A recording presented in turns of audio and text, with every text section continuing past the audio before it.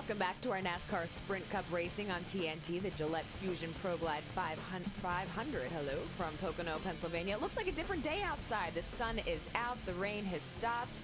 We should be racing in just a short bit. The drivers are all getting ready, thinking about getting back out there on the track. Matt Yoakum right now standing by with Casey Kane. And Lindsay, you heard earlier Joey Logano talk about how difficult it is to master this place in your first or second time ever to Pocono. For Casey Kane, his first ever run here in a Sprint Cup car, sat on the pole and set a new track record. And you had a great professor helping you master this place. Yeah, the first time we came here, we were able to test then. We spent 2 days here testing. Bill Elliott came with me, and he'd go to each corner and help me through each corner. We were downshifting into one, upshifting, and over here as well. It was interesting. It's a lot different than it is now as far as the way the cars drove and with the shifting too. So it's changed now. This has always been a pretty cool track, and I've always really enjoyed it with the 3 different corners. You have to change, your car has to kind of work in each one if you want to go fast. So you have to figure out how to do that. And then next week we go to Michigan International Speedway. You're going to have the new Ford engine back. Yeah, looking forward to the new FR9, and I think it should be a little bit better. You know, they've worked really hard on it to give us some more power, and I think it's needed a little bit. So I think it'll help all the Ford teams. Looking forward to having that next week up there in Michigan. So not only are you a Sprint Cup driver, not only are you an owner of some open wheel teams that run on pavement and dirt, you're also a promoter. Well, this weekend we're going to Tony's, the Prelude. Looking forward to that at Eldora. It's going to be a great event, like always. I get to race on the dirt there. And the following Wednesday, we're putting on a show in Sedalia, Missouri, a World of Outlaw race.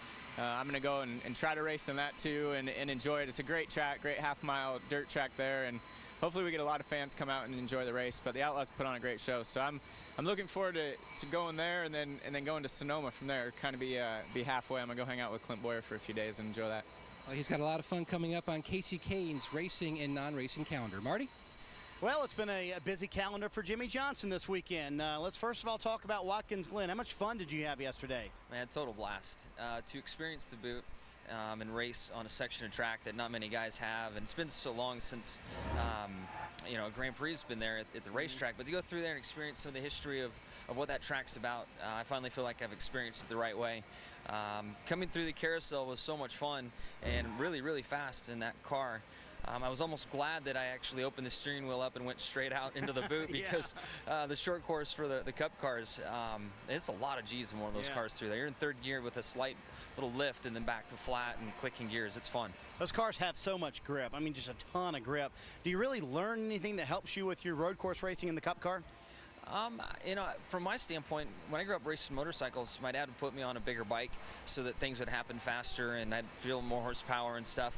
So that when I went back on the smaller bike, my age category, it slowed things down for me. And I feel that way with a Grand Am car, that I hopefully was into braking zones faster and experienced different levels on a road course, that when I go back to a Cup car, it slows everything down and it's a little easier for me. Let's talk about Pocono, and I know that first practice seemed excellent for you guys. Most of the second practice seemed excellent for you guys. In that last run, you said, man, I messed up that run. What went wrong on the last run? Oh, the last run, well, first of all, we had great practice sessions, and the one lap that really counted in qualifying, I didn't put a good one together and got loose and ended up back there in 25th.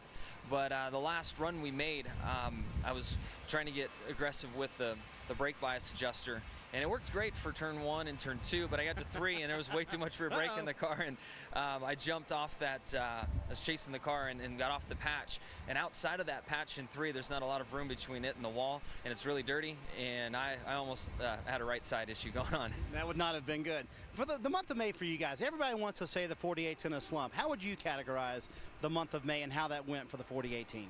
Well, I mean, there's no doubt about it. I've made some mistakes, had some issues. I've also had some bad luck. I mean, it's like a Scud missile came out of the infield at Darlington. At Darlington, yeah. It took me out. I mean, I can't control that. Yeah. So between bad luck and making some mistakes, we don't have the results that we want to have. But we've been running well. We've been competitive. I think Richmond was probably our worst race, but outside of that, we've been in contention to win races and running up front, and just haven't had things go our way, and that's racing. And I think it speaks volumes to how competitive this garage area is. And if you slip up, even as a four-time champion, the other guys in the garage area are getting the job done. That could change today, too, because everybody says you guys in the 11 are the two cars to beat.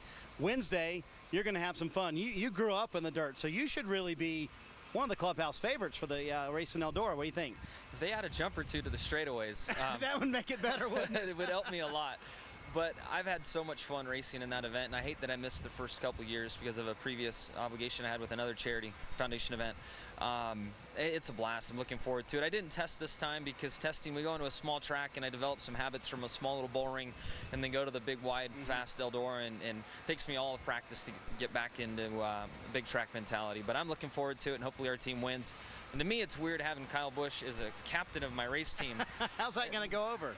I know we're going to have fun, and we're not going to worry about running second.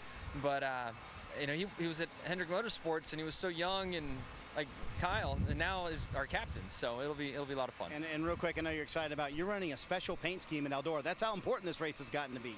Yeah, we are. Lowe's has a Father's Day special that's coming along, and there'll be 480 fathers' names on our car, including my dad's name. So that's very exciting. And then we mentioned how busy things are. Our baby's coming soon, so it's been a busy stretch so far. Yeah, and you're making driver plans, right, for that? If you're backup driver plans for when the baby's coming, right? Yeah, we've got to be organized and ready, and we have a good plan in place with Eric Amarola. So we'll have a good time, and hopefully we don't need him, but if we do, I know we'll be in good hands. All right, I think you're going to need your fire suit pretty soon. We may go racing, okay? Let's do it. I know everybody's ready. All right. Thanks, Marty. You know what? You might not know this, but Chad Knaus has actually already bought Jimmy some baby clothes. He has nicknamed the baby Sea Monkey. Well, and you know what? Me. Jimmy Johnson told me that he grows a beard in the summer just to aggravate Chad. He said Chad hates that beard. So because Chad's so by the book on everything. Yeah. I love it. I want to go back to something that Casey Kane was talking about. He addressed shifting and talked about his testing here at this track. How different has racing here become since the elimination, basically, of the overall shifting? Well, I think honestly it's helped the durability of engines, because what we would do before the gear rule that came out about 4 or 5 years ago is you would come here with a very low gear to get you up that short straightaway. But because it was such a low gear, you'd be turning way too many RPM on the front stretch and the long pond stretch, the back stretch. So what the teams would do is run an overdrive transmission and go from third to fourth on those two straightaways, and it would be very stressful on engines. About 4 or 5 years ago, at all the racetracks, NASCAR installed the gear rule. They dictate pretty much what gear you run. They also said at road courses in Pocono or anywhere else, no overdrive transmissions. Fourth gear has to be 1-to-1. NASCAR does not have a rule that says you can't shift. They don't care if you shift at Martinsville or Daytona or Talladega, but the rules with the gear rule and no overdrive transmission pretty much 4 or 5 years ago said the fact that you're not going to shift. It won't work. And it's better with this new car, clearly. Well, I just think it's just across the board, because you're just not. We had so many guys that would miss the shift or on downshift and would just turn way too many RPMs. I think old car, new car, it's honestly, and I think the numbers support it, it's helped the durability of the engines. Our Phil Parsons has caught up with somebody who is a legend, who we're actually going to have as part of our Pride of NASCAR series within the next few weeks here. He's caught up with Dale Inman, legendary crew chief. Phil? Thanks, Lindsay. Dale, you were telling me just a few moments ago that you came up here really even before NASCAR came up here back in the early 70s. Yeah, we ran on our weekend off in the NASCAR schedule. They had a 500-mile USAC race here.